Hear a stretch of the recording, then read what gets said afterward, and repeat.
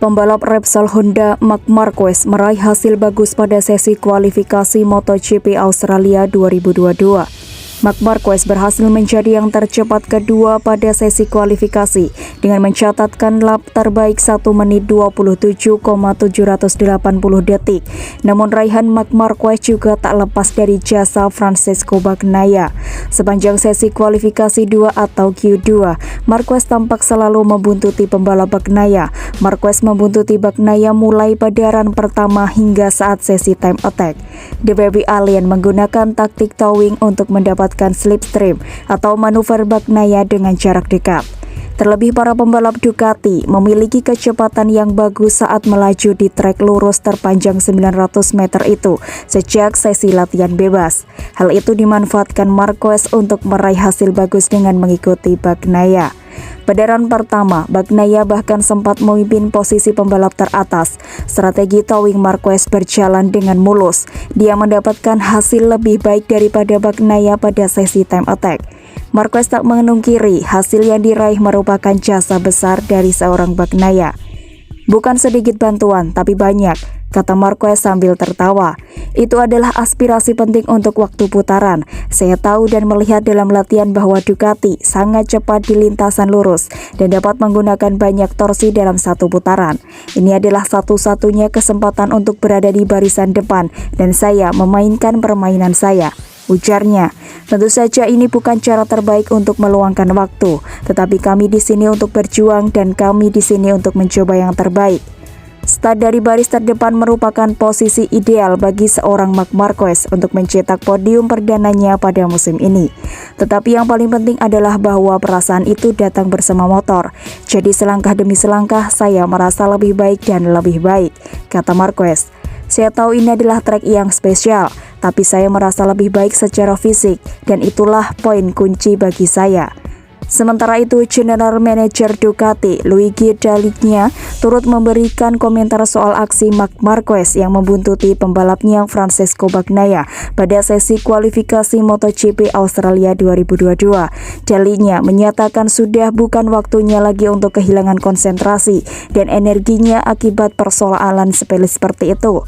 Melihat perburuan gelar Ducati sudah semakin dekat saat Bagnaia butuh 2 poin lebih banyak dari Fabio Quartararo pada akhir lomba ini. Ducati mengaku sudah menerima perlakuan Marquez kepada Bagnaia. Untuk saat ini semuanya baik-baik saja, kata Dall'Igna. Marquez akan menyerang bahkan dengan Quartararo di belakangnya. Untuk saat ini hal itu tidak menggunakan kami, jadi tidak apa-apa. Dall'Igna lebih memilih mengalihkan fokus kepada balapan yang akan sangat krusial bagi Bagnaia. Toh, bagaimanapun tetap mendapatkan start dari baris terdepan yang juga sebuah keuntungan. Pemilihan ban akan menjadi aspek yang paling penting dalam ban. Tentu saja di sini ban akan menjadi penting. Anda harus membuat pilihan yang tepat baik di depan maupun di belakang. Itu sedikit filosofi Pecco, kata Dall'Igna mengakhiri.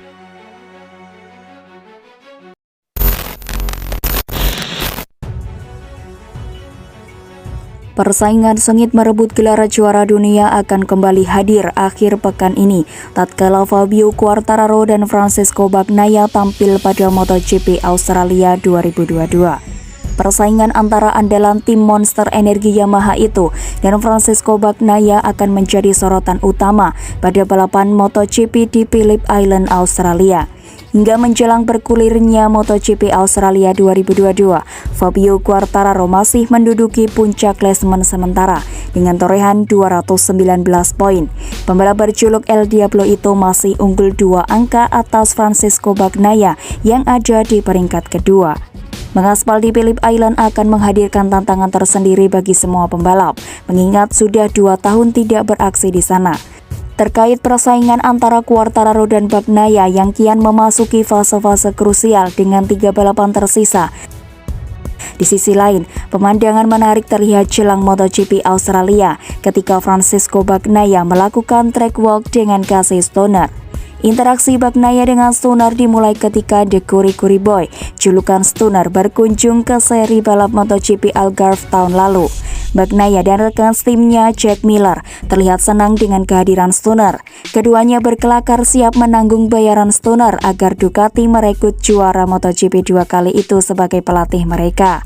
Stoner memang masih menjadi salah satu sosok yang dikagumi di pabrikan asal Borgo Panigale, Italia tersebut.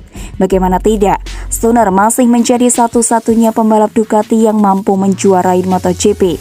Dia bukan pelatih yang normal, dia adalah Casey Stoner. Tentunya kehadirannya adalah hal yang luar biasa, kata Bagnaia. Bagnaia mengagumi kelebihan Stoner dalam menemukan traksi ketika keluar dari tikungan. Juara dunia Moto2 2018 itu pun tidak segan meminta masukan lain dari Stoner. Setidaknya kemenangan Bagnaia pada MotoGP Inggris dan MotoGP San Marino pada musim ini datang setelah dia bertanya kepada Stoner. Dan tidak ada balapan lain yang lebih pas untuk dilatih oleh Stoner kecuali MotoGP Australia. Stoner begitu perkasa di Phillip Island, sirkuit kandangnya. Dalam 7 musim kiprahnya di kelas para raja, hanya pada musim debutnya pembalap yang akan berusia 37 tahun itu gagal menang di sana. Stoner sendiri mengaku senang bisa membantu Bagnaia dan pembalap Ducati lainnya. Hal ini dikatakannya saat menjadi bintang tamu podcast In The Fast Lane. Namun di sisi lain, juara MotoGP 2 kali itu mengkritik bagaimana pembalap generasi saat ini tidak memiliki pengetahuan mendalam tentang motor mereka. Stoner menunjukkan MotoGP Valencia musim lalu, lomba di mana Ducati mengakhiri catatan buruk dengan menyapu bersih posisi 3 besar saat kualifikasi dan balapan. Valencia adalah sirkuit favorit saya, sirkuit di mana saya memiliki rahasia kecil seperti di Phillip Island, kata Stoner. Para pembalap sangat terkejut dengan cara berpikir dan bagaimana saya melakukannya. Mereka tidak pernah memikirkannya sebelumnya. Peran peranti elektronik hingga aerodinamika yang besar disebut Stoner menjadi penyebabnya. Alasan ini yang membuat Stoner kurang terkesan dengan performa kuat Ducati musim ini. Menurutnya, Ducati masih belum membenahi bagian terpenting yaitu mesin dan masalah mereka hanya tertutupi dengan bantuan ECU dan aerodinamika.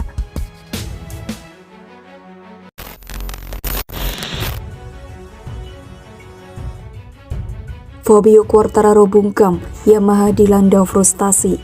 Tim direktur Yamaha Massimo Meregali kebingungan untuk menjelaskan hasil buruk Fabio Quartararo di sirkuit Chang Buriram. Akhir pekan balap MotoGP Thailand adalah bencana bagi Quartararo. Alih-alih memperlebar jarak keunggulan dari Francesco Bagnaia, sang juara dunia bertahan malah kini dibayangi selisih 2 poin saja. Dalam perlombaan pun Quartararo benar-benar menderita. Kendati start dari grid P4, El Diablo melebar di tikungan 1. Pemuda asal Prancis itu lalu alami momen di tikungan 4. Dari situ semua strateginya berubah kacau. Sempat melorot ke urutan ke-19, Quartararo akhirnya harus puas finish P17 dengan jarak 34 detik dari pemenang balapan Miguel Oliveira. Tetapi yang mengecewakan, fakta sang pembalap Yamaha pulang membawa 0 poin saja. Sebaliknya, rival utama Bagnaia mengamankan podium ketiga. Tambahan 16 poin jelas begitu berharga bagi Pecco karena jarak 18 poin terpangkas menjadi 2 poin. Ini bisa dijadikan momentum untuk hadapi MotoGP Australia. Usai balapan, Quartararo menolak berbicara dengan media. Meregali bahkan mengaku bahwa Yamaha juga belum bertemu empat mata dengan Quartararo guna membahas secara spesifik akar permasalahan dari kinerja buruk di Buriram. Seperti yang bisa kami bayangkan, itu bukanlah situasi yang benar-benar ingin saya hadapi. Kami tidak berbicara dengan Fabio setelah balapan. Dia mungkin benar-benar kecewa dan frustasi. Dia langsung pergi ke kantornya untuk menenangkan diri, tutur Meregali. Ini juga sulit bagi kami untuk menilai sampai kami berbicara dengannya. Kami benar-benar berbicara dengan dia untuk memeriksa data dan melihat apakah itu cocok, dan itu sangat sulit untuk dipahami. Meregali mengatakan minimnya track time dalam kondisi basah disinyalir sebagai kesulitan yang dialami Quartararo saat menghadapi wet race MotoGP Thailand. Tapi muncul pertanyaan, kenapa Quartararo bisa podium kedua ketika juga menjalani balapan basah? Meregali pun menyebut level grip lintasan menjadi faktor pembeda. Yang pasti, untuk semua orang balapan ini adalah pertaruhan, karena kami menjalani semua sesi dalam kondisi kering, tetapi ketika balapan justru trek menjadi basah. Namun kami melakukan hal yang sama di Indonesia, dan di sana kami tampil sangat baik. Di sini adalah kebalikannya. Sangat tidak jelas alasannya, kami butuh waktu untuk memahaminya. Pertama-tama, kami perlu berbicara dengannya. Ini hanya apa yang kami pikirkan, mungkin tingkat cengkramannya dibandingkan Indonesia jauh lebih rendah, dan itu pasti banyak pengaruhnya karena kami sangat menderita. Aspalnya punya daya cengkraman tapi kinerjanya tidak selaras dengan baik. Ketika kami tidak memiliki grip, maka itu menjadi masalah. Seperti yang diketahui, MotoGP 2022 ini tinggal menyisakan 3 seri lagi. 2 pekan ke depan, rombongan pedok Grand Prix bakal menyambangi Phillip Island, dilanjutkan ke Sepang dan Valencia sebagai putaran pemungkas. Dengan jarak yang sangat tipis antara Quartararo dengan Bagnaia, Yamaha pun bersiap mengaktifkan mode serangan guna merengkuh gelar juara dunia. Salah satu hal bagus dari Fabio adalah begitu dia kecewa dan tidak lama kemudian dia kembali normal. Fokus pada balapan berikutnya, kata Meregali. Yang pasti, sekarang ada 3 balapan yang harus dilalui, dan Phillip Island mungkin adalah favorit saya. Dari sana, kami mungkin lebih baik di Malaysia daripada di Valencia. Kejuaraan sekarang dimulai dari nol, dan hanya ada satu cara untuk mencoba menang dan menyerang, pungkas Meregali.